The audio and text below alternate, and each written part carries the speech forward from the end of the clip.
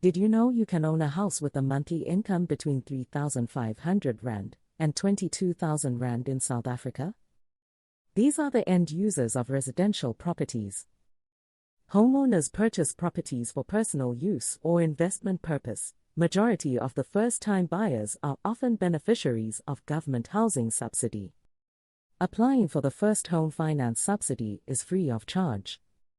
The program provides a subsidy that helps bridge the gap between the cost of the home and what the buyer can afford through a home loan or without it.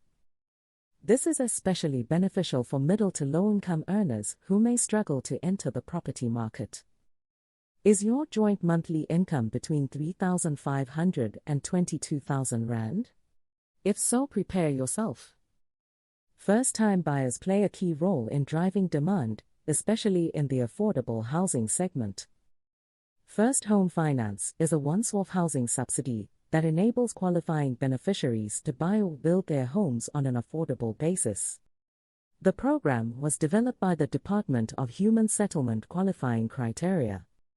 South African citizens with a valid ID or permanent residents with a valid permit, over 18 years and competent to legally contract, has not previously benefited from a government housing program from any sphere, arm or entity of government. Which means if you are a beneficiary of a RDP house, you will not qualify. Have never owned a home as checked from the deeds register. Total household income must be within the income range of our 3,501 up to our 22,000 per month. Now that we have explained what First Home Finance is and the qualifying criteria, let us look at the required documents. First Home Finance has two stages: subsidy application and disbursement stage. In this video, we are going to cover the application stage now. Let's look at the documents required for application stage: home loan or non-home loan. Smart card or barcoded ID documents for every adult member of the household. South African citizens only. Barcoded permanent residence permit, naturalized foreigners only. Birth certificates or ID documents of financial dependents. Dependents are not limited to biological kids but can be parent, nephews, etc. Marriage certificate for any union solemnized in terms of law or affidavit for any union solemnized in terms of customary law. Divorce settlement to prove custodianship where applicable, spouse's death certificate where applicable.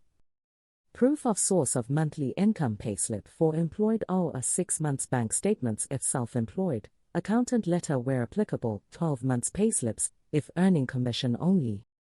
3 months bank statements reflecting income of the submitted payslip to verify declared income. Employed applicants only. Home loan approval in principle or grant letter from an accredited lender for home loan and non-home loan. Proof of own resources. Proof of community savings or Stokvel's resolution confirming home loan. None of the above are required if the applicant is using the subsidy only. Agreement of sale for the residential property if buying existing property, stand or house. Permission to occupy PTO in rural areas. PTO for the seller and PTO for the buyer. A letter from traditional authority approving sale of a land or house on communal land at an indicated price. Title deed or letter of stand allocation by a local municipality. Permission to occupy issued by a traditional council in case of building a house on vacant land. Remember to subscribe to our channel for more videos.